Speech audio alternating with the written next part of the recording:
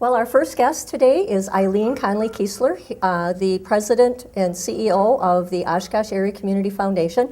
Thank you so much for being here today and giving us information. I remember the very first time that I had met you, I actually heard you speak at, I think maybe you were with me, Cheryl, but we heard you speak. We were so impressed, and I have to tell you, that was just, what a revelation for us to just recognize that people could do things through the foundation and how important that was, and so it was really pretty cool. So tell us a little bit about that.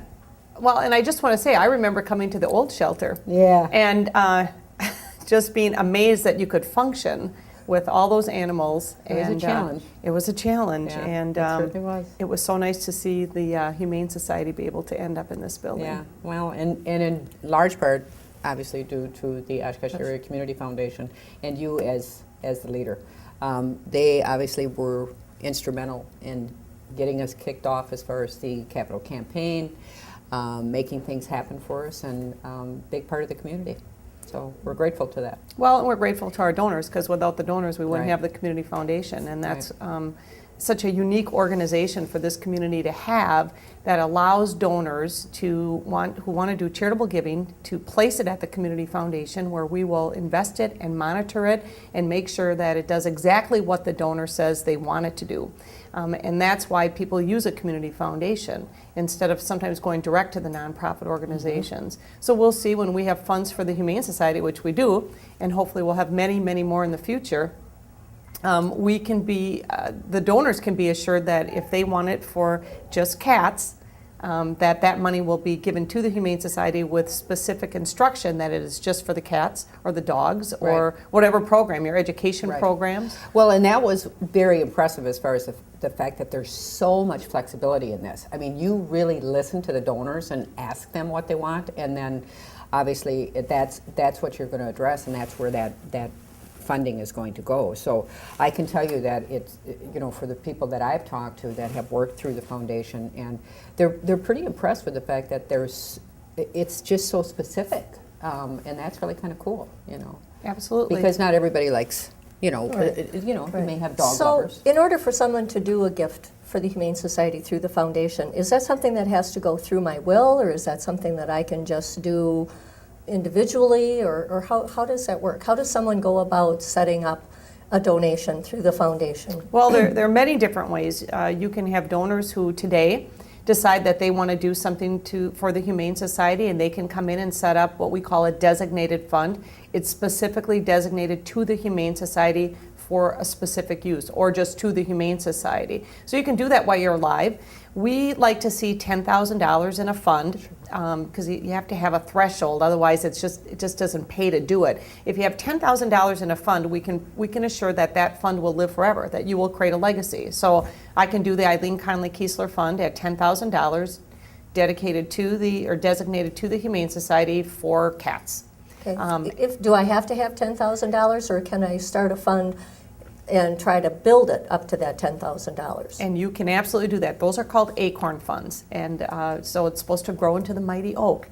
You can start a fund for $500 and build it slowly. We ask that you put $250 a year in order to build it up to the $10,000 mark, and then at the $10,000 mark, it'll start giving the way the donor decides you wanted it to give. Because I think there's some people that I may not have $10,000 right away to put in there, but to be able to start something and know that I can grow this for the Humane Society. And that is the whole purpose, is that not only will I be giving to the Humane Society, but my gift will remain with the foundation and continue to benefit the Humane Society. Isn't something that it's just going to be used up and then the fund is gone. Correct. It is something that will be given. It is a legacy, so it will give forever. And you know, another way to do it is to do it in your will, where you put a portion of your estate, a percentage or an amount, where it will go at the time of your death to us to create that endowment for the Humane Society. Other ways, you know, we see people do this with appreciated stock. You know, you're going to have to cash it, you're going to be paying taxes on it. You might just transfer some stock to create a fund, or even, you know, make a direct donation, but create a fund, hopefully. And you can also do it with property. That's something that we're definitely seeing a big increase. I think in the last 2 years, we had 80 acres donated in Amro and Winneconne, actually farmland. We had a condo recently donated in Oshkosh where a woman had to leave and go to Minnesota, so she gave us the condo, and we were able to. We got that condo, I think it was in July. We've already closed, sold, gone. Wow. And that money now is going to work at the community foundation doing the charitable giving that she wanted to do. We've seen property. We've seen things like coin collections, artwork, just a variety of things that have come into the community foundation to be sold and then used with So it's charitable. not just financial. I mean, people can obviously look at, any assets that they currently have. Correct. And do that. Now, there is a benefit, obviously, in some cases from a tax situation, right, as far as like people can also benefit that way. But when you're talking about an endowment, and I think this is important because it's future, it's our future. It's any nonprofit's future, obviously, as an endowment. And talk a little bit about that, why that is so important to nonprofits as they continue on and go forward. Well, in your case, your operating budget's about $800,000. Correct. So the reality is, in your ideal world, you need about a $20 million endowment in place.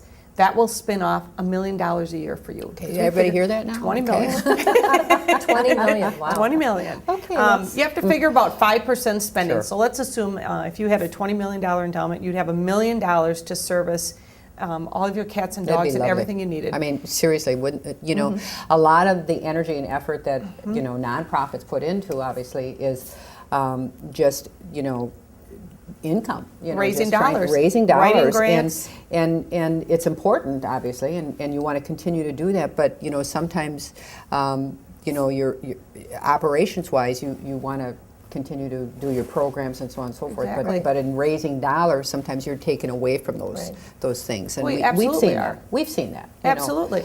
There's no question that we're busy trying to raise money. So Correct. And just you think about all the envelopes. You just did your mailing, I think, this week again, Yeah. asking for people to give. You have no idea if you're going to make your budget or not. I mean, you go into the start of a year as a nonprofit going, this is a proposed budget. We're hoping we raise this much in the That's community. absolutely true. It's a promise. 2008 hits, and we have a huge recession. yeah, it's been People tough. start going, okay, what am I going to do? Do I give to animals? Do I give to any nonprofits right now when money's really tight? Right. People were bringing their animals in because Yeah. they could no longer afford to take care of them. So your services have to go up Right. in a bad economic year. Right. Right, so we're trying to figure out what services, if any, can we cut? We Correct. certainly can't cut people, but yet we're trying to cut expenses Right. to make way for the funds that we're not sure that we may not And get. we have seen an increase. Obviously, we've seen an increase in the number of animals that have Mm-hmm. come in because people are obviously in a rock and a hard place, and having an animal is a luxury. And the truth Mm-hmm. is with the economy the way it is, it's difficult for some folks. So that's happened, and we've seen a drop in adoptions, which is unfortunate. But again, from the economy, I think people are just kind of hanging on to things and saying, Right. should Well, we and do this those, now? And those unexpected things that happen. Last year when our heaters went out. Ah, Yes. yeah, let's talk about that. yes. Yeah. So you think, okay, we're okay, the money's coming in and we're kind of on an even keel, and then you come in one morning and there's no heat in the building. You can't decide, well, we're not going to heat the building. Sure. And that's a perfect example because, again, of the Oshkosh Area Community Foundation. You are absolutely right. We have 5 units. One of our units went down. We didn't have any heat in one section of the building, and that's an emergency. And those Correct. are those things where you don't have that extra funding for something like that. And again, because the fund was there at the Oshkosh Area Community Foundation, we were able to ask for that, got it, and obviously able to replace the unit. Correct. So thank God for that. Right. So as a nonprofit, it is crucial for survival for people to have those endowments. It's absolutely true. And as we look at the transfer of wealth that will probably happen between the baby boomers and the generation before, there's an opportunity right now for those people to start thinking about 1 or 2 or 3% of their estates coming here to the Humane Society to ensure that it will be here forever. Yeah, that would, and really, I mean, it's one of those things where Cheryl and I are very invested in this organization, obviously, and been with it a long time, but it would be wonderful to know that the organization would continue and flourish and do the things that, you know, it was intended to do to help animals, because again, we got the support of, you know, people who gave to endowments. Right. And We got it this far, we don't want to see it crash Yeah, and burn. yeah, So, yeah. so how was somebody, they just contact the foundation and make an appointment, or? If somebody has some interest in leaving the Humane Society in their will, they can contact the foundation, come in, talk with us, so we have a feel and know exactly what it is you want your money to do. That is very helpful for us. When you put it in your will, a lot of times if we don't have that opportunity to talk to you as a donor, we just have to assume it's unrestricted for the Humane Society, use it how you want. So if you want some parameters on it, come see us. We get that in our system. We know exactly what happens at the time of your death. And you just put it in there to the Oshkosh Area Community Foundation for the Oshkosh Area Humane Society, and it will be there. So, you know, when we talk about that 20 million number, and maybe that is a little bit of a stretch goal, but 10 million isn't really a stretch goal. You already have $1 million something in an endowment through K. Wild's fund. Absolutely. And you have Howard and Enid's, the Schaefer Small Sure. Fund, and a few other small things that have happened. So really 8 or 9 million, if everybody, you know, who were great supporters of the Humane Society, Right. started thinking of 1% of their estate. Right, and you brought up K. Wild, and I think that when that gift was made to us, there was a misconception in the community. Everybody thought that we had $1 million to spend. Correct. And really what it is the community foundation has $1 million that belongs to the Oshkosh Area Humane Society, but what we receive from that is the interest. Is that correct? That's correct, and that fluctuates. On bad years, you don't receive as much, and on better years, you might receive a little bit more. And unfortunately, since her death, we've been through 2 recessions. Right. So we've had that endowment dip down and then have to build itself back up again. And it has, though. It has. Yeah, it has. And so you have a couple years in there where it's maybe a little bit tighter for you, Sure. and then you'll have your couple years where it's a little bit Sure. better. But it is true, that money is tied up. You could not have access to it. You can't come in and say, hey, we need $1 million to do an addition. We cannot hand that money over, and that's what donors like about building permanent endowments. totally agree. They like it with a foundation for that reason. They don't want it touched. They don't want that, you know, we just want to spend it, and our budget's tight, so we're just going to spend. Well, and it is a legacy. You know, it continues to give, you know, forever, you know, which is wonderful. So there's no question that... lot of different options that people need to consider, and you don't have to be wealthy to do something like this. Absolutely not. Absolutely not. The average household transfer in Winnebago County, I believe, will be at about $350,000.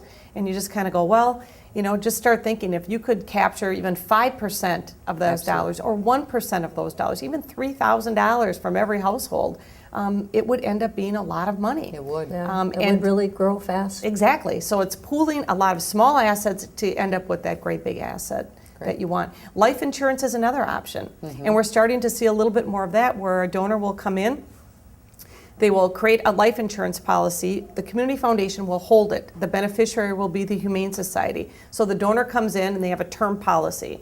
So they might give us a donation of $2,500, they get the tax deduction, we pay the life insurance policy with it, and in the end, the Humane Society ends up with the money.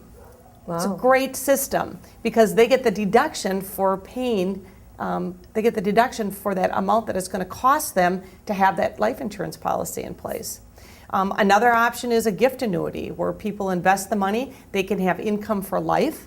At the time of their death, what's left in the gift annuity would come to the Humane Society and be put in. So the options are out there. There's lots of options. If you need income and you want to do something charitable at the same time, we've got the great solution. Super. And those gift annuities, you know, I just ran this for somebody who was 68, I believe. It was a 5.5% return for life on the money that she's going to put in. Wow. Well, I'm hoping with all this information that our viewers will, you know, get on the phone and call the Oshkosh Foundation and see what they can, you know, start to help benefit, especially if they're pet lovers or believe in the services that we Right. provide here, and get in touch with you and help that fund grow for the Oshkosh Area Humane Society. I'd really like to thank you again for being here. Thank you. Thanks, Eileen. It's a lot of great information, and hopefully people will look at that. Gee, I do have something that I can leave behind. I can leave a legacy Right. of something here in the community to help the Oshkosh Area Humane Society. Absolutely. Thank Thank you. you.